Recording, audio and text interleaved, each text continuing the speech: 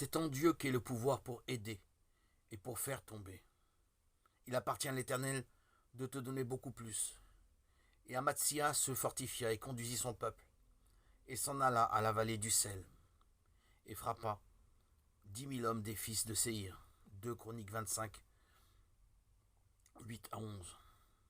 Au début de son règne, Amatsia fit ce qui est droit aux yeux de l'Éternel, non pas toutefois d'un cœur parfait.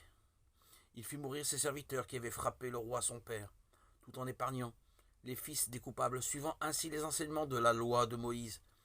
Chacun mourra pour son péché. Verset 3-4. Ensuite, Amatsia réorganise son armée pour faire la guerre contre les Édomites. Il prend à sa solde des hommes forts et vaillants d'Israël. Mais un homme de Dieu vient lui dire: Ô roi, que l'armée d'Israël ne marche pas avec toi, car l'Éternel n'est pas avec Israël. Si Amatsia s'obstine à suivre ce mauvais chemin, il tombera devant l'ennemi, car c'est en Dieu qu'est le pouvoir pour aider et pour faire tomber.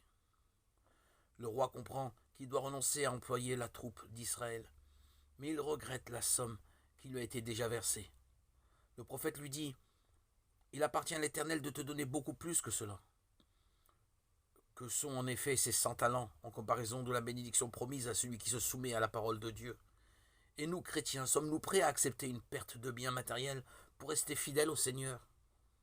Amatsia obéit à l'ordre divin et renvoie les hommes d'Israël qu'il avait engagés. Ils s'en vont dans une ardente colère, verset 10, montrant qu'il s'était vraiment détourné de la crainte de l'Éternel.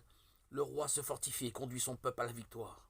En obéissant à la parole de l'Éternel, Amatsia a expérimenté ce que David a écrit. L'Éternel donnera force à son peuple. Psaume 29, 11. Une force qu'il n'aurait pas eue si les hommes d'élite d'Israël étaient montés à la bataille avec eux. Apprenons-nous aussi quelle est l'excellente grandeur de sa puissance envers nous qui croyons, selon l'opération de la puissance de sa force. Éphésiens 1, 19. Mais la force ainsi reçue produit-elle une réelle et durable confiance en Dieu? Si le cœur n'est pas droit devant lui, pour lui rendre gloire et lui obéir, maudit l'homme qui se confie en l'homme et qui fait de la chair son bras.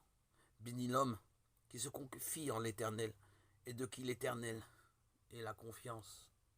Jérémie 17, 5, 7.